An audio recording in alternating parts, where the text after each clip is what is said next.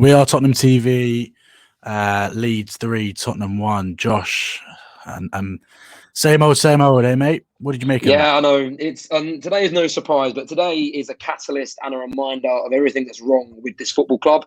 All the decisions Daniel's made off the pitch, and just the poor recruitment, the cheaping out on players.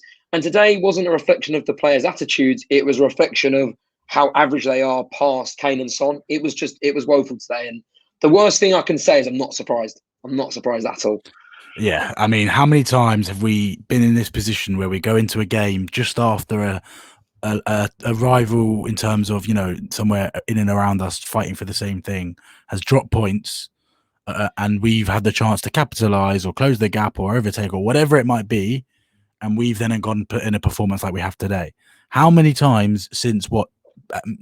Ever really? Let's just talk recent. How many times in the last 5 years, whether when we were in those 2 title races, when we were in the top 4 race, when we were in cup finals, when we were in cups, and everything, every single time when it comes down to it, we don't produce, we lose.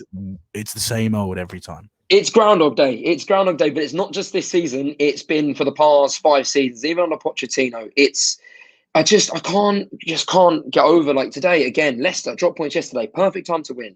We don't win, and it's happened time and time and again, like you've said. And is it the players? Is it just the club? What is it? You just can't explain it, and it's just you can't blame it on the 4 walls inside the training ground. It's not their fault. You can't. But honestly, I've run out of things to blame at the moment. It's happened so many times that you're just sitting there and you're staring at your 4 walls in your house, and you're like, what can I blame? But honestly, it's just woeful today, and words can't describe it.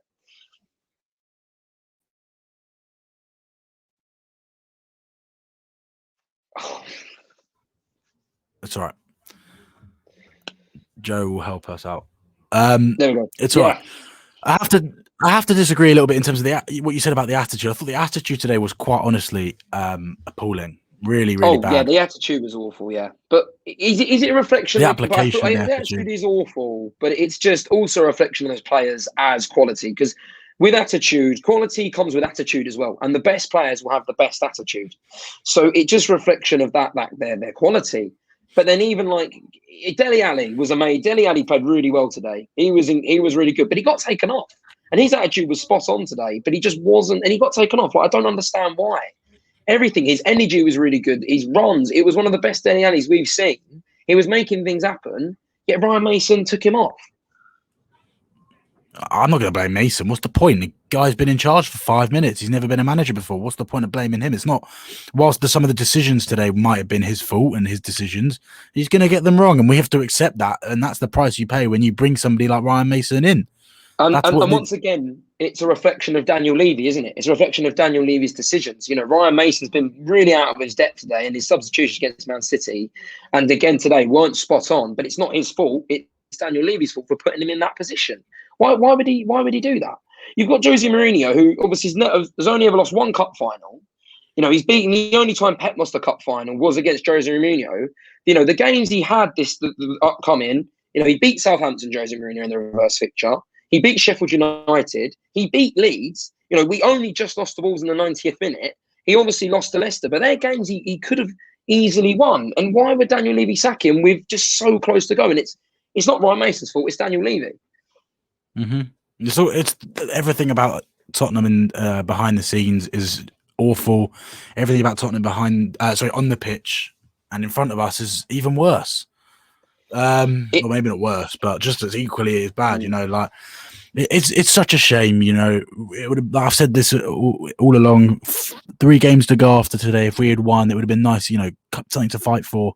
I've never seen a group of players look so unenthusiastic and so uninterested in fighting. We lost every first ball. We lost every second ball. We didn't. Every aspect we could have been outplayed in today. We were outplayed in. And we were outplayed by a team that you want to have, the team that's got amazing attitude, a team that will fight for everything, a team that love their manager, a team that love their club. And the players there could be the complete opposite of that. It's a disgrace to say we were fighting, but we've got top 4. We can still get top 4. You wouldn't know that we were doing that out there. But like you said at the start, this happens time and time again.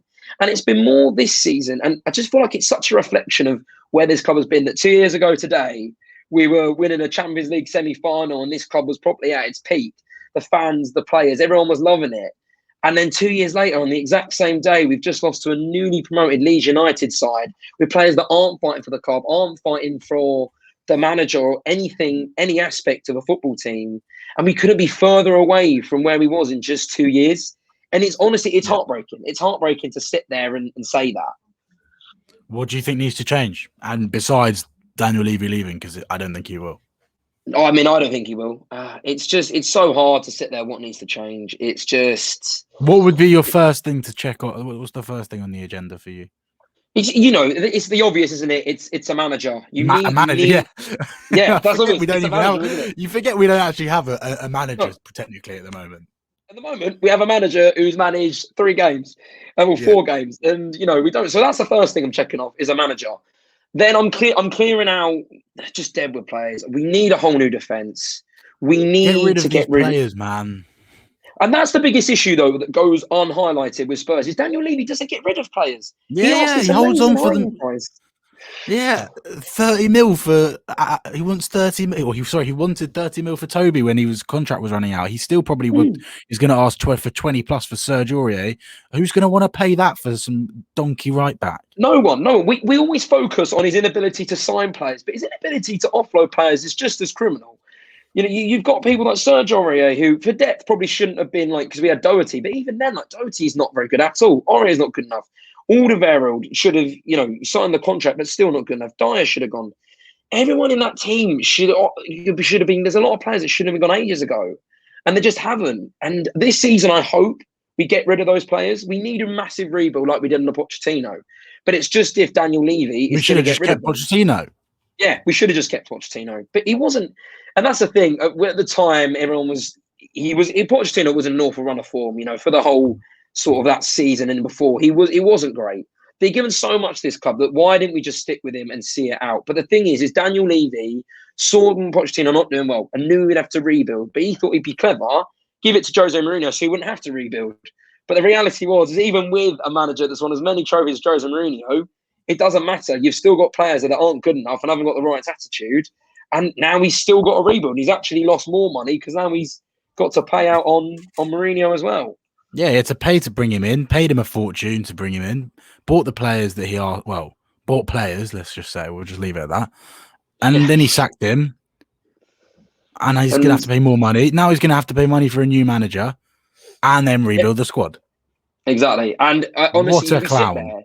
I don't think one individual knows where we are going at the moment. It all starts with the manager, but even then, no idea. Who's going to come in? We're linked with everyone and everyone.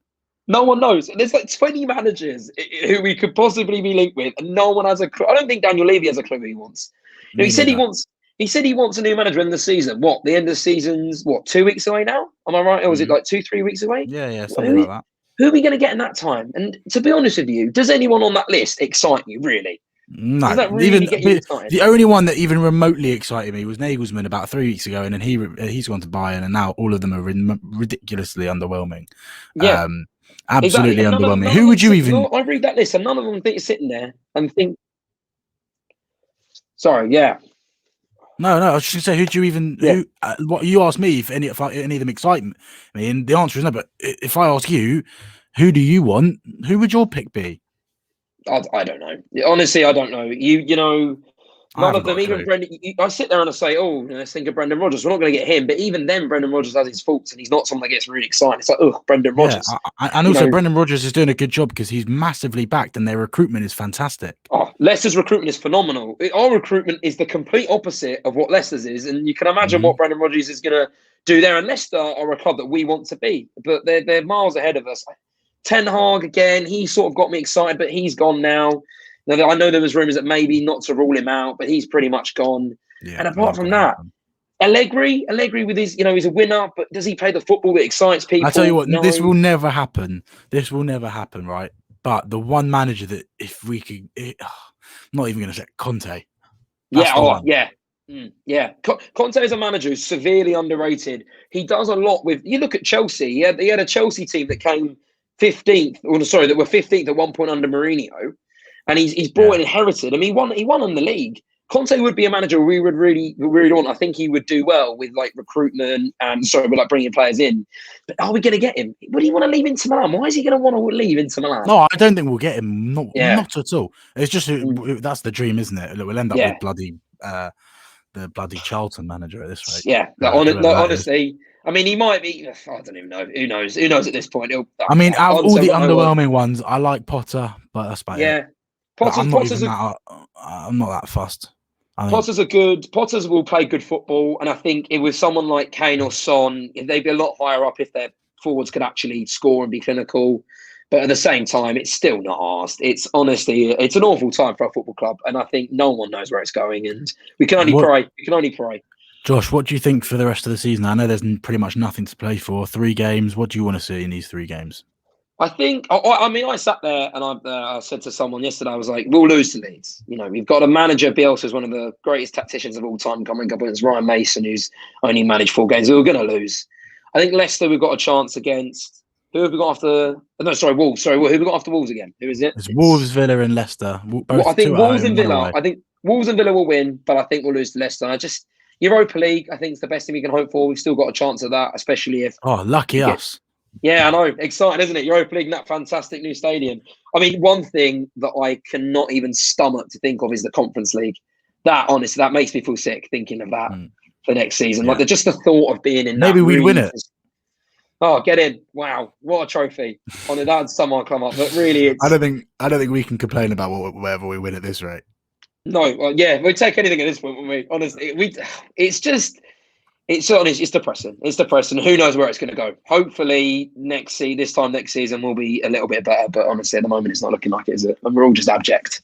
Yeah, I mean, it's so upsetting to see. I mean, you just hope for me for now.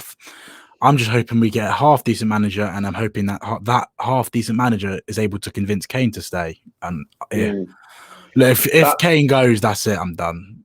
Yeah, I think if Kane really, we'll get a lot of money from recruiting, but it's at the end of the day, he's carried us. I don't care. I don't want him to go. You don't sell your best player. Simple. No. You don't sell him. Exactly. And if he goes, the thing is, you say if he goes, everyone always goes, "Oh, that'll be the last nail in the coffin for Daniel Levy," but it won't, will he? Because he won't be. He's too stubborn to leave. He won't leave. He wants money from the stadium. He's not leaving until he gets that money in full profit. And I mean, you know, when we have the revenue of the stadium, will we have more money in transfers?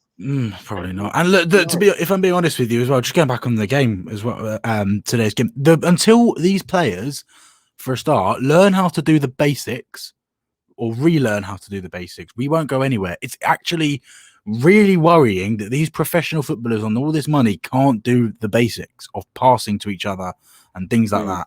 And defending, the basics of defending it's worrying, really worrying for their own careers that they can't defend. It's just the thing is, it's just like, how could it go so wrong? How could it get so wrong? And these players will play 2-3 great games, and then they'll be reminded, because at the end of the day, quality always shines through. You know, the quality of your actual ability will always come through. You can have a good run of form, but they're also saying class is permanent, isn't it? And the lack is that these players don't have class. They can have a good run of form, but they'll always make mistakes. Those goals today, Alderweireld and Dyer, they were so flat-footed. They just didn't see him. There was no spatial awareness. There was no mobility. So it was awful. And like you said, it's the basics of defending. These players have a career. You know, these players they prefer the highest game, one of the best leagues in the world. Yet they cannot do the basics of just being aware of who's around you and in that box. It's ridiculous. And like you said, the only good players in there are Kane and Son. And obviously Bale has the quality, and Dele played well today, but even then he's not been great at all. And the midfield is just so. And Lo Celso really winds me up. I think I saw a lot of that. He really winds me up. He does everything so well, but that final ball. It's just. I agree. Lo Celso winds me up as well, and I don't know what. I don't think he knows what position he wants to play in. I don't know what he's supposed to be good at. It's true, isn't it? He doesn't really. He probably hasn't got a good enough final ball and vision. You know, he does well with picking the ball up deep and running forward, but then even then that final ball's not good enough. He runs about 15-20 yards with the ball, and 5 out of 10 passes will be successful.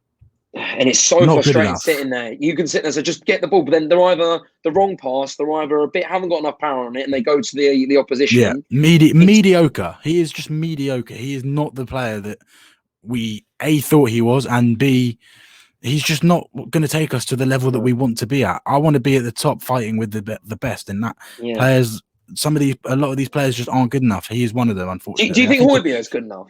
Do you think Højbjerg is good enough? I think I think to be fair to him, I want to give him a second season as well, because he's played 50 games this season, and that's a lot of football.